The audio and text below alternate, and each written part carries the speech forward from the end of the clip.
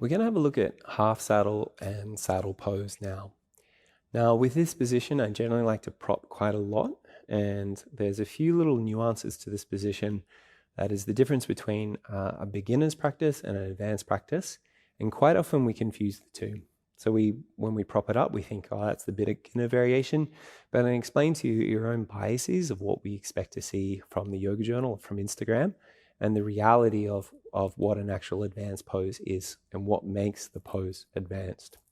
So in this position, I generally like to use a lot of props. So you're going to have a bolster and at least a block, and then you may want a towel for the ankles as well, because it can be quite strong on the front.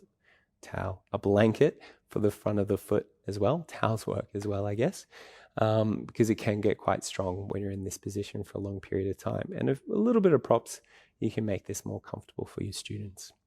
So in this position, I generally will teach for the majority of my students half saddle. So saddle is a fairly inaccessible pose for a lot of people. I will offer it to students and say, hey, look, if you're coming into half saddle, if you just want to come into full saddle, feel free to do that. But understand we're going to do 5 minutes on the left side and 5 minutes on the right side. So they're going to spend 10 minutes in saddle. A lot of students don't really mind by this because they're pretty comfortable in their saddle pose. They're happy just to come into it for 10 minutes anyway.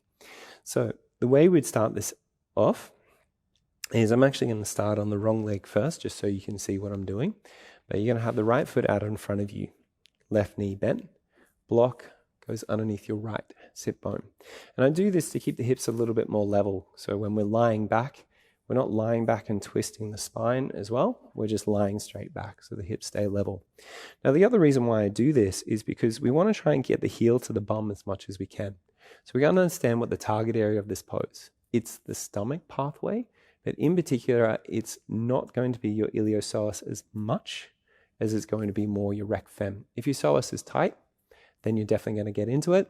But our rec fem needs to have the knee bent as much as it can for us to really access it properly.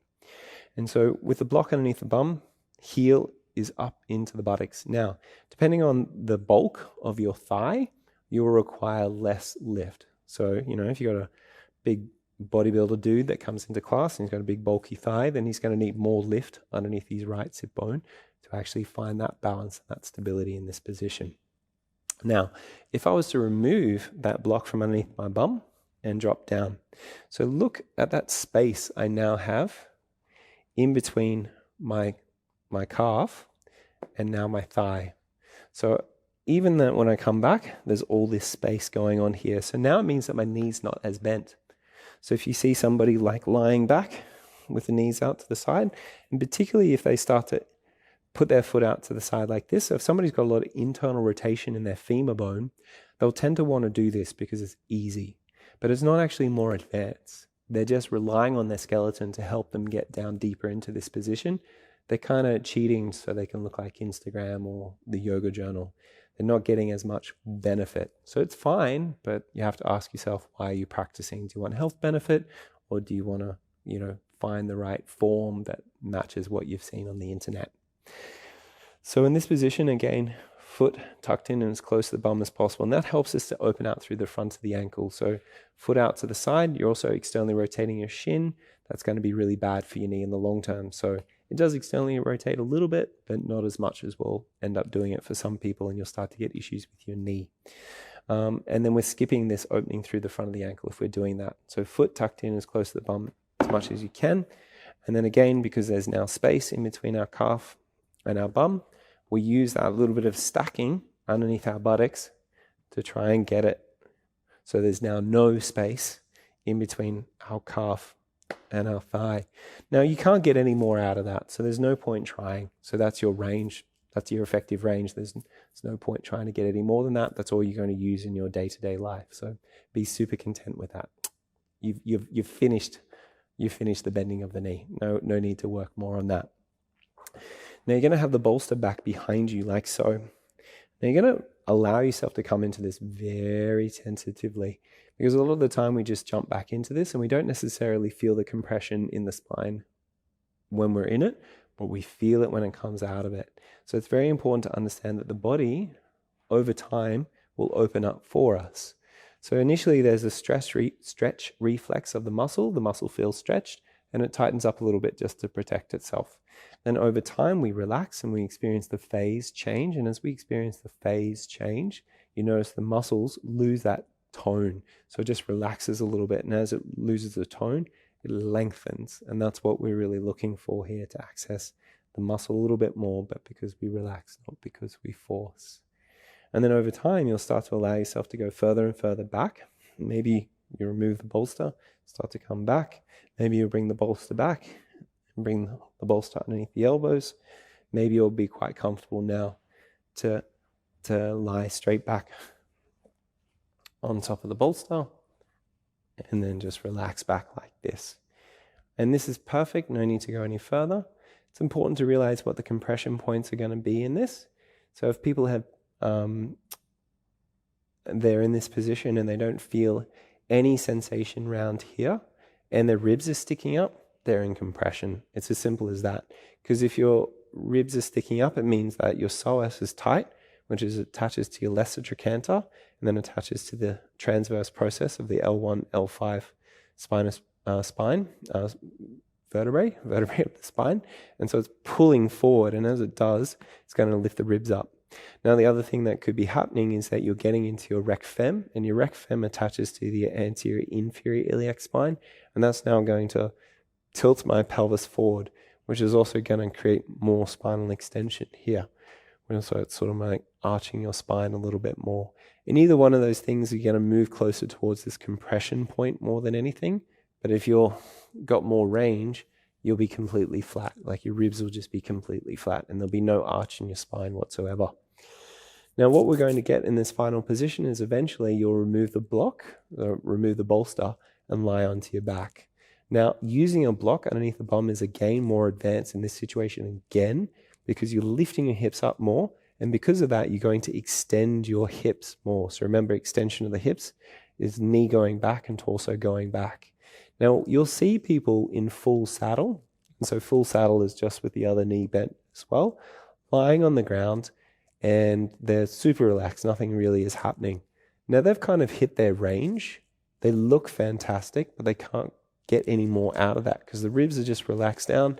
It's no longer having the psoas on tension. You're not getting any sensation just below the frontal hip point in your rectus femoris. They've got nothing going on the ankle, nothing in their knee. So the way to make that stronger would be to actually lift their bum up more. So the more you lift your bum up, the more hip extension you're going to get, and the stronger this is going to get. So I'm now feeling this more in the rec fem. Like, oh, it's like really through here. It's like super strong now for me. And even though I've got more space between my bum and my ankle, simply through that extra hip extension, I'm getting so much more sensation in my rectus femoris. So again, same position for full saddle, just with the other leg bent as well. Now, the way I come out of this position, generally speaking, if you've got a knee issue, you come out the way you came in. So you'd have your elbows back behind you, you'd push yourself back up, and then you'd bring yourself back forward like this. Whereas for most people that are comfortable in their body, they don't have an issue with their knees, you can just remove the block, roll to the right-hand side, and then roll over sideways. Now, if you're in full saddle, obviously use your hands, use your elbows, and bring yourself back up. Not really, again, many compression points. It's just stuff in your spine. But do remember, using a block is both a beginner variation and an advanced variation. And make sure people's feet are tucked underneath them so they can open out through the front of their ankle there as well. Again, we're targeting our stomach all through that rectus femoris and bending the knees through the other three quads. First is intermedialis, medialis, and lateralis. And then you're also going to get into your psoas as well, which is going to be your another one of your hip flexors, so what draws your knee closer up and towards your chest.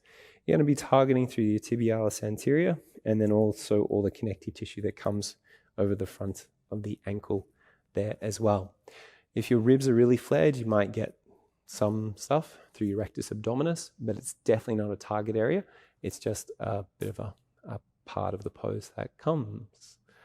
But yeah, be mindful of people's knees in this one. That's one that people will struggle with. And so if somebody has bad knees, the variation for this is actually going to be lying on their side, and you're just going to use a strap for them. So there's a pose here for everybody. So even if somebody's had a little bit of surgery, there's still a pose that we can find for them, because they'll say, I can't bend my knee. And I was like, well, how did you get here? You walked here. Of course you can bend your knee.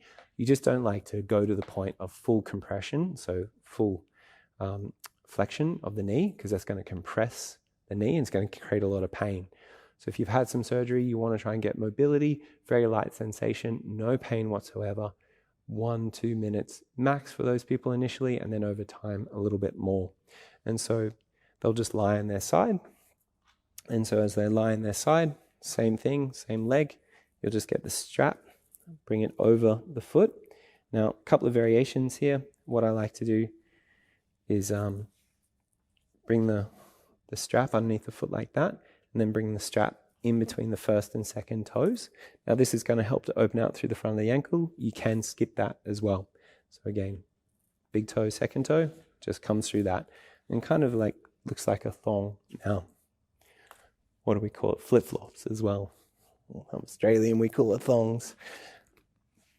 And then from here, you're just going to bend that knee up, and ideally your arm is going to be straight.